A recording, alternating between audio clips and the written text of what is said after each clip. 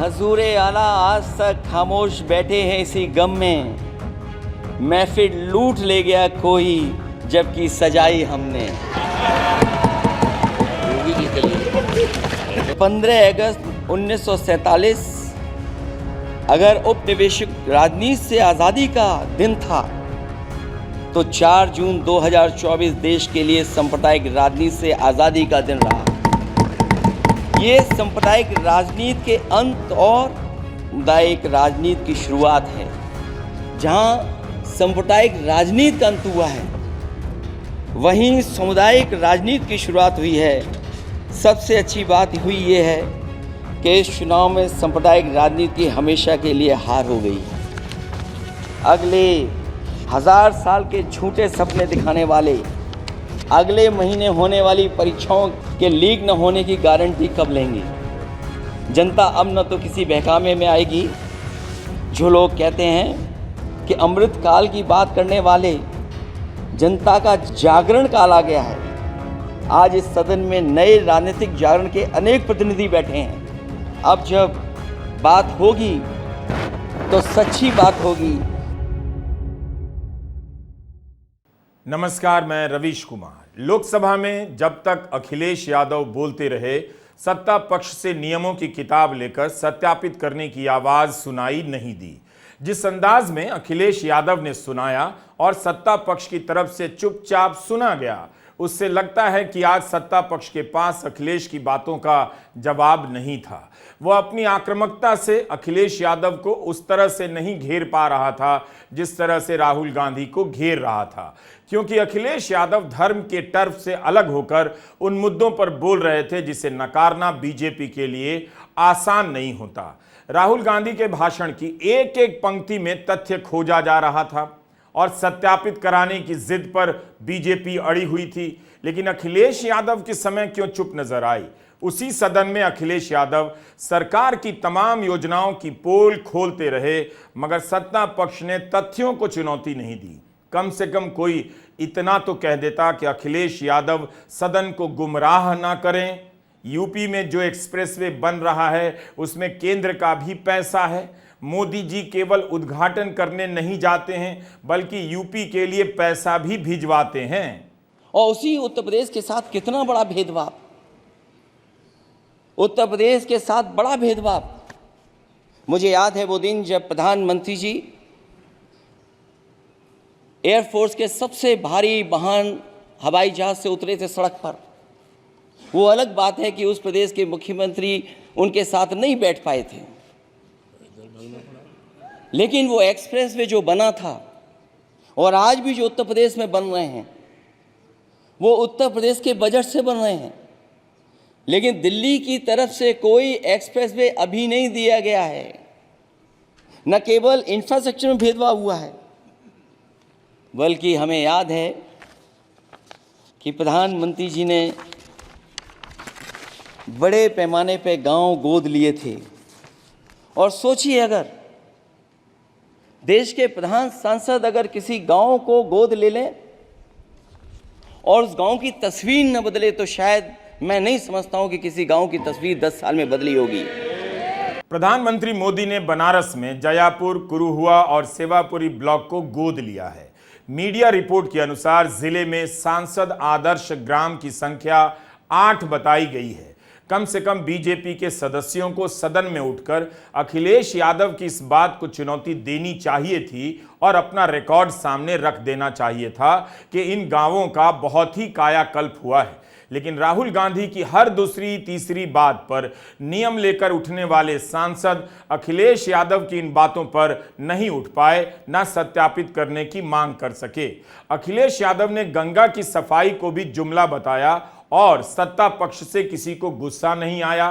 काशी को क्योटो बनाने का दावा किया गया था, जापान से समझौता भी हुआ, लेकिन आज तक काशी क्योटो नहीं बन सकी। काशी के कितने लोगों ने क्योटो देखा होगा कि कैसे इस शहर ने अपनी विरासत को बचाया है। क्योटो का संरक्षण मील का पत्थर माना जाता है, लेकिन क्या जब काशी विश्वनाथ कॉरिडोर बना तब काशी की विरासत को बचाने के लिए क्योटो से कोई सीख ली गई? अखिलेश यादव पूरे चुनाव के दौरान बनारस को क्योटो ही कहते रहे। आज सदन में भी क्योटो ही कहा। अगर उत्तर प्रदेश की बात न हो, क्योंकि अध्यक्ष महोदय सबसे बड़ा प्रदेश जहाँ है, उसने हर बार दूसरे दल को समर्थन देकर के सरकार बनाई। मैं उन्हीं लोगों से कहना चाहता हूँ कि लोग क्योटो की फोटो लेकर बनारस की गलियों से लेकर के गंगा जी तक ढूंढ रहे हैं। उनको लगता है जिस दिन माँ गंगा साफ हो जाएंगी, शायद उस दिन कहीं क्योटो उसकी गोद में कहीं मिल जाएगा। बनारसी लोग चाहते हैं कि कोई गंगा जी के भी तल में उतरकर उसका दर्द भी जाने। उत्तर प्रदेश की जनता का बस यही आग्रह है कि जिस गंगा जल को हाथ में लेकर सच कहने की कसम खाई जाती है, कम से कम उस गंगा जल से तो झूठ ना बोला जाए।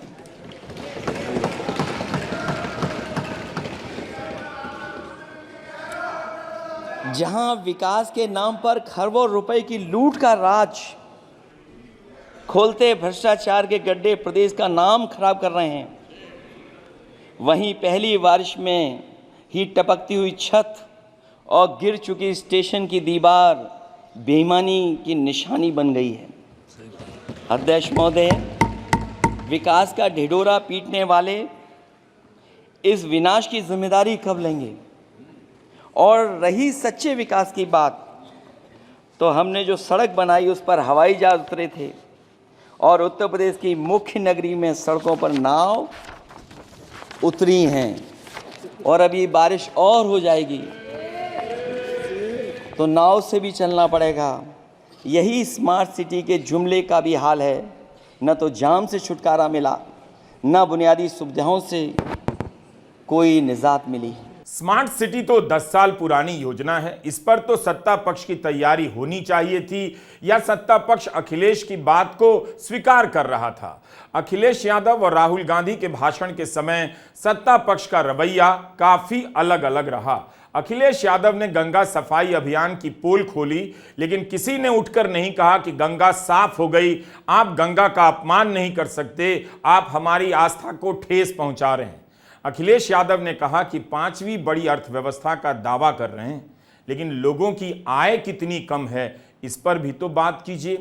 केंद्र की तरह अब यूपी में भी दावा शुरू हो गया है, $1 ट्रिलियन की इकॉनमी बनाएंगे, लेकिन इसके लिए हर साल यूपी की जीडीपी को 35% की दर से बढ़ना होगा, जो मुमकिन नहीं है। हम लोगों ने तो अध्यक्ष महोदय देखा है कि अगर दिल्ली की सरकार ने कहा होगा कि $5 ट्रिलियन की इकॉनमी बनेगी, तो जहाँ से प्रधानमंत्री जी चुन करके आते हैं, वहाँ का प्रदेश के सरकार भी कह रहे कि हम $1 ट्रिलियन इकॉनमी बना लेंगे।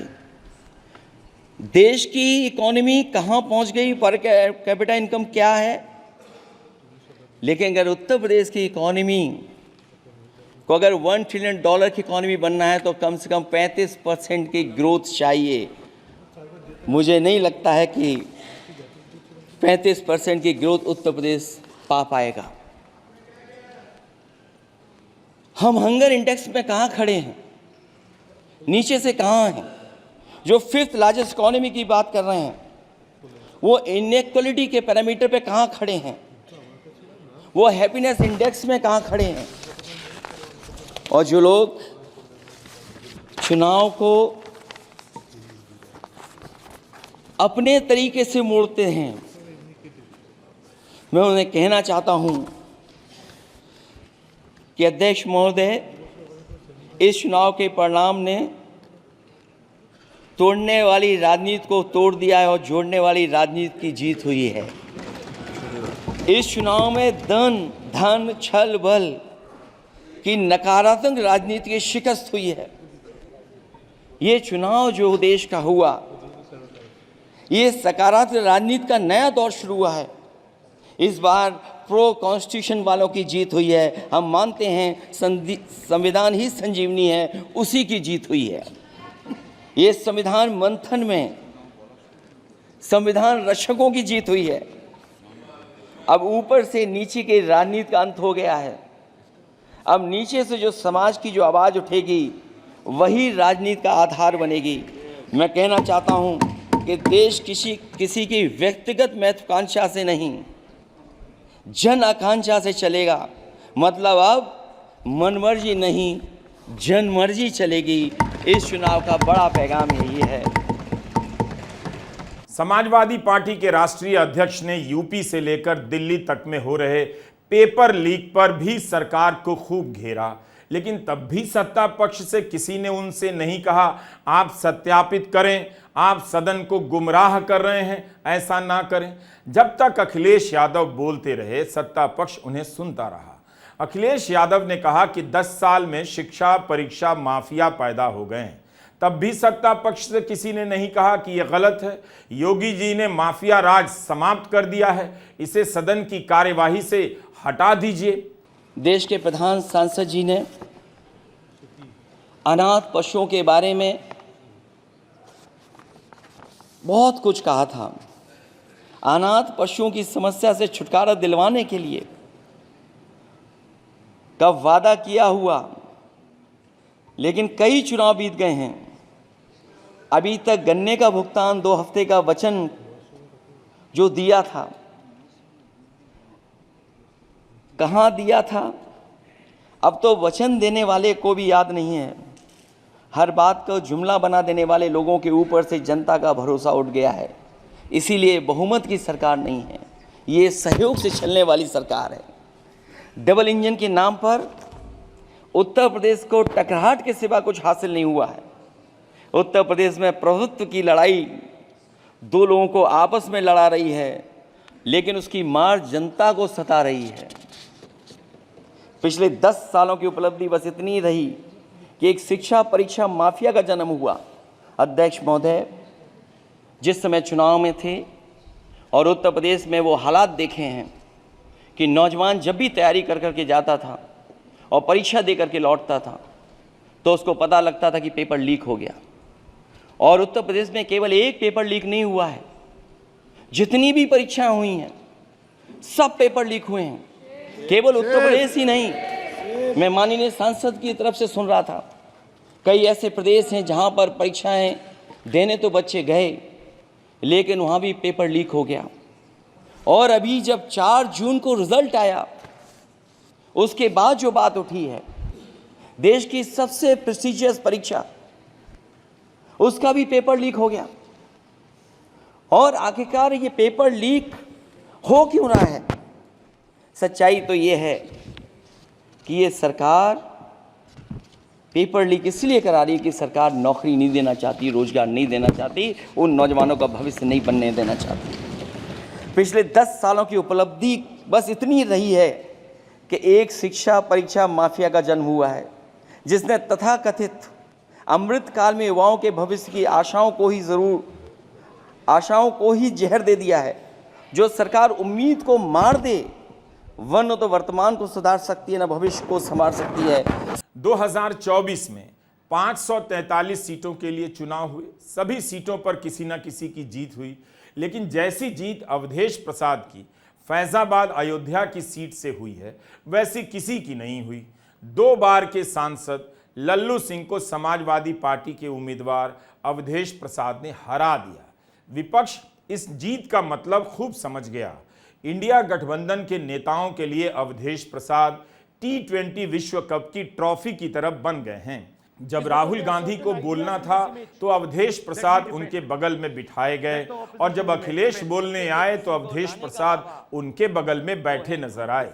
अवधेश प्रसाद के बिना ना तो राहुल का फ्रेम पूरा हुआ और ना अखिलेश यादव का। अखिलेश यादव ने जब अवधेश प्रसाद का परिचय कराया तो कैमरा झट से वहां से हट गया, वो नजर नहीं आए।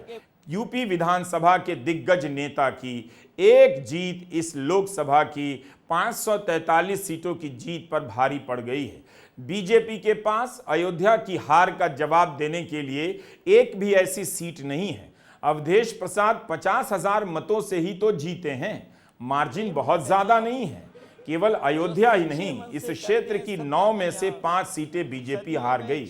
राम मंदिर के निर्माण से जुड़े नृपेंद्र मिश्रा के बेटे साकेत मिश्रा को समाजवादी पार्टी के राम शिरोमणि वर्मा ने काफी बड़े अंतर से हराया है।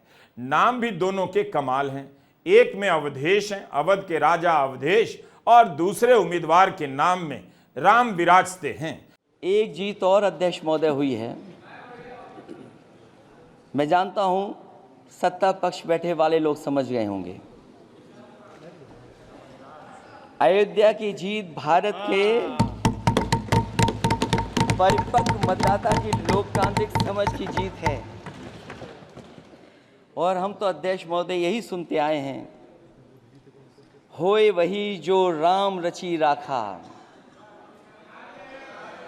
यह है उसका फैसला।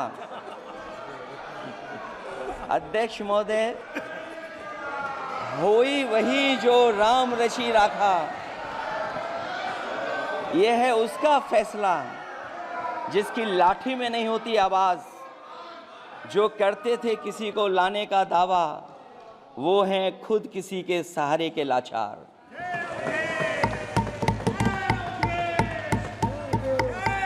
अध्यक्ष महोदय, मैं फिर कह देना चाहता हूं, होए वही जो राम रची राखा, यह है उसका फैसला, जिसकी लाठी में नहीं होती आवाज, जो करते थे किसी को लाने का दावा, वो हैं खुद किसी के सहारे के लाचार। हम अयोध्या से लाए हैं उनके प्रेम का पैगाम, हम अयोध्या से लाए हैं उनके प्रेम का पैगाम, जो सच्चे मन से करते हैं सबका कल्याण। सदियों में जन जन गाता है जिनके गान, अभय दान देती जिनकी मंद मंद मुस्कान, मानवता के लिए उठता जिनका तीर कमान। अध्यक्ष महोदय, जो असत्य पर सत्य की जीत का है नाम, उफनती नदी पर जो बांधे मर्यादा के बांध, वो है अवध के राजा पुरुषोत्तम प्रभु राम। हम अयोध्या से लाए हैं उनके प्रेम का पैगाम। मुख्यमंत्री योगी आदित्यनाथ को बताना चाहिए कि अयोध्या में 2017 से दीपोत्सव नाम से एक नया इवेंट खड़ा किया गया। प्रधानमंत्री मोदी के तमाम इवेंट के जवाब में अयोध्या में रोशनी का यह इवेंट लोकप्रिय बनाया गया, बन भी गया, मगर अयोध्या के लोगों के जीवन का अंधेरा इससे दूर नहीं हुआ। जब भी दिवाली आती थी, अयोध्या को लेकर चर्चा शुरू हो जाती थी। कितनी रोशनी है, मीडिया के सैकड़ों कैमरे से दिखाया जाता था, लेकिन उसके अगले दिन भी कहीं कहीं यह तस्वीर छपती थी, कुछ गरीब लोग दिए के बचे हुए तेल जमा कर रहे हैं। तब भी लोग याद दिलाते थे कि गरीबी दूर कीजिए, सरकार को दिवाली मनाने की जरूरत नहीं पड़ेगी, जनता खुद दिवाली मना लेगी। दिवाली के समय और मंदिर के उद्घाटन के समय आप हिंदी अखबारों में अयोध्या का कवरेज निकालकर देखिएगा, सब कुछ ऊपर से थोपा हुआ लगेगा। अयोध्या की परेशानी सुनाई ही नहीं देगी। दिवाली आने से पहले और दिवाली के बाद अयोध्या के अखबार दीपोत्सव की शानदार तस्वीरों से भर जाते थे। इनमें अंधेरा होता था और दिए की रोशनी होती थी, बाकी कुछ लोग बहुत कम संख्या में दिखाई देते थे। 12 नवंबर 2023 की बीबीसी हिंदी की खबर है, अयोध्या में 22 लाख से अधिक दिए जलाए गए और यह विश्व कीर्तिमान बन गया। Guinness book of world record के अधिकारियों ने मुख्यमंत्री योगी आदित्यनाथ को प्रमाण पत्र सौंपा। नवंबर 2022 की नवभारत टाइम्स की खबर है, अयोध्या दीपोत्सव का बजट बढ़ाकर 2 करोड़ 70 लाख कर दिया गया है। इस बार यूपी सरकार के बजट में मंदिर के उद्घाटन के समय रामोत्सव मनाने के लिए 100 करोड़ के बजट की घोषणा हुई। सरकार ने जो किया वो बहस का अलग मुद्दा है, लेकिन सरकार की खुशामद में गोदी मीडिया ने भी अयोध्या को अयोध्या के लोगों से दूर कर दिया। उसे केवल अयोध्या में 4 लेन सड़क की चमक में ही विकास दिखाई देने लगा और एयरपोर्ट के उद्घाटन को ही अयोध्या का इलाज बताने लगा, जबकि 6 महीने के भीतर अयोध्या से उड़ानें बंद हो जाने की कितनी खबरें आ चुकी हैं। अयोध्या में तरह तरह के इवेंट होते रहे, खूब पैसा खर्च हुआ, लेकिन फिर ऐसा क्या हुआ कि अयोध्या में ही बीजेपी हार गई। 2019 के बाद प्रधानमंत्री मोदी ने विरासत को विकास का नया मॉडल बनाया। शायद उन्हें लगा कि युवा नौकरी कभी नहीं चाहता है, पढ़ना तो बिल्कुल नहीं चाहता है। उनके चाचा दादा व्हाट्सएप यूनिवर्सिटी से पढ़ चुके हैं और अब उनके पोते पोतियां भी वहीं से पढ़ रहे हैं। बस मंदिर का कहीं ना कहीं जीर्णोद्धार चलता रहना चाहिए, कुछ नया बन जाए, कुछ जुड़ जाए, रास्ते चौड़े हो जाएं, जनता इसी से खुश रहेगी। इसीलिए कॉरिडोर शब्द विकास के बदले इस्तेमाल होने लगा। यहां कॉरिडोर, वहां कॉरिडोर। आप सर्च कीजिए कि कई तरह के कॉरिडोर की योजनाएं आपको मिल जाएंगी। राज्यों में घोषणाएं होने लग गईं। दैनिक भास्कर की साल भर पुरानी यह खबर है कि आम चुनावों से पहले सरकार मंदिर कॉरिडोर पर 13,000 करोड़ रुपए खर्च करेगी और देश भर में 21 मंदिर कॉरिडोर बनाए जाएंगे। यह पैसा बहुत ज्यादा है या कम है, धर्म के डर से किसी ने बहस नहीं की। इस रिपोर्ट में राजस्थान से लेकर मध्य प्रदेश और आसाम तक की पूरी लिस्ट दी गई है। खबर में लिखा गया है कि सरकारें इन्हें बनाने में करोड़ों रुपया खर्च कर रही हैं। यह भी बताया जा रहा था कि सभी कॉरिडोर का काम 2024 के आम चुनाव से ठीक पहले पूरा करने का लक्ष्य रखा गया है। 2024 के आम चुनाव में चर्चित धर्म स्थलों के विकास का मुद्दा अहम रहने वाला है। इसी को ध्यान में रखकर राज्य सरकारें मंदिर विकास और धार्मिक कॉरिडोर पर फोकस कर रही हैं। इसलिए अयोध्या की हार मोदी की विरासत की राजनीति की हार भी है। उन्होंने विरासत के जरिए विकास के मूल सवालों से बचने का जो रास्ता निकाला, अयोध्या ने उसका अलग तरीके से जवाब दिया है। अयोध्या का राजनीतिक इतिहास राजनीति की धारा से अलग रहा है। 1992 में बाबरी मस्जिद के ध्वंस के बाद 1993 में जब विधानसभा के चुनाव हुए, तब बीजेपी अयोध्या के अलावा फैजाबाद की सभी विधानसभा सीटें यानी चारों सीटों पर हार गई। यूपी में मुलायम सिंह की सरकार बनी। 2020 में जब राम मंदिर का शिलान्यास हुआ, उसके बाद जब विधानसभा चुनाव हुए तो अयोध्या जिले की 2 सीटों पर बीजेपी हारी, जबकि पहले अयोध्या की 5 सीटें बीजेपी के पास थी। फिर अयोध्या नगर निगम का चुनाव हुआ तो बीजेपी ने बहुमत गंवा दिया। जिस सीट के लिए 54 फैजाबाद के लिए देश और दुनिया की निगाहें लगी थी, और आज मानवर, आज जब चुनाव हो गया है, जब वहाँ की देवतुल्य मतदाताओं ने मुझे चुनाव जिताकर भेजा है, तो आज केवल हिंदुस्तान में ही नहीं सारी दुनिया में चर्चा है। मान्यवर, मैं देवतुल्य मतदाताओं को आभार प्रकट करता हूं। प्रभु श्री राम के प्रति अपनी आस्था और आभार प्रकट करता हूं। और मैंने महामहिम राष्ट्रपति जी के अभिभाषण को सुना और देखा। मानवर, ये 29 पृष्ठ का है, लेकिन मुझे खेद है कि महामहिम राष्ट्रपति जी का नाम यहाँ होना चाहिए था, जहाँ संसद के समक्ष भारत के राष्ट्रपति का अभिभाषण। ये दुनिया के में किस तरह के मैसेज जाएगा? हमारे देश में कौन से राष्ट्रपति हैं, उनका क्या नाम है, इसको मान्यवर होना चाहिए था। मान्यवर, मुझे बड़ा ही आश्चर्य हुआ जब ये 29 पेज के अभिभाषण में कहीं पर भी अयोध्या का नाम नहीं है, मर्यादा पुरुषोत्तम राम की धरती का नाम नहीं है, जहां से मर्यादा केवल अयोध्या में ही नहीं सारे देश में मर्यादा अंकित हुई है, उसका कहीं चित्रण नहीं है। क्या बीजेपी को पता ही नहीं था कि इस बार अयोध्या की सीट वह हार रही है? उसके पास सर्वे करने वाले कितने ही एक्सपर्ट हैं, उन्हीं से पूछ लेती जो 400 सीटें दिलवा रहे थे, उन्हें पता तो होगा। सवाल है कि बीजेपी अयोध्या की हार को क्यों नहीं रोक पाई? इसलिए कि बीजेपी ने चुनाव के दौरान नौकरी से लेकर पुरानी पेंशन के सवाल पर जवाब देना जरूरी नहीं समझा और अब एक नया मुद्दा बीजेपी को चुनौती दे रहा है। सरकारी पदों पर भरने के समय आरक्षण को दरकिनार करने के जो रास्ते निकाले जा रहे हैं कि योग्य उम्मीदवार नहीं मिला, इसलिए इसका आरक्षण हटा दिया गया। इस मुद्दे को लेकर अखिलेश यादव से लेकर एनडीए की ही सहयोगी अनुप्रिया पटेल योगी सरकार पर सवाल उठा रही हैं। अंत में इतना ही कहना चाहूँगा कि इस सरकार ने नौजवानों को नौकरी नहीं दी है, नौकरी और रोजगार उनसे छीने हैं। बहुत नौकरी छीनी है। इसलिए मैं कहना चाहता हूं अध्यक्ष जी, इसलिए मैं कहूँगा कि आपके राज में न नौकरी की उम्मीद है न रोजगार, क्योंकि आपने छोटे कारोबारी तक को इतना छोटा बना दिया है कि न तो वो अपना पेट भर सकता है न किसी को नौकरी पर रख सकता है। जो कुछ पद निकलते भी हैं तो उन पर लेटरल एंट्री के नाम से पिछले दरवाजे से कुछ खास संगी साथियों को रख लिया जाता है। आरक्षण का हक नॉट फाउंड सुटेबल के नाम पर हड़पा जा रहा है। और अध्यक्ष महोदय, आरक्षण के साथ इतनी खिलवाड़ किसी सरकार ने नहीं की होगी जितनी खिलवाड़ इस सरकार ने की है।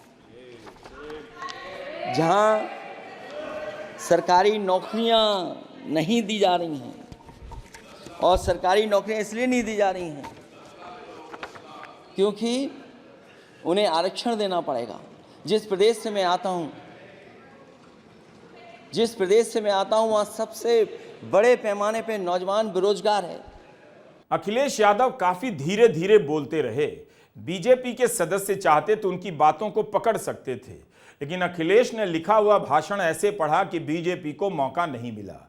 बीजेपी उनका भाषण ऐसे सुन रही थी जैसे अखिलेश यादव आज उनकी तारीफ में कसीदे पढ़ रहे हों। नमस्कार, मैं रविश कुमार।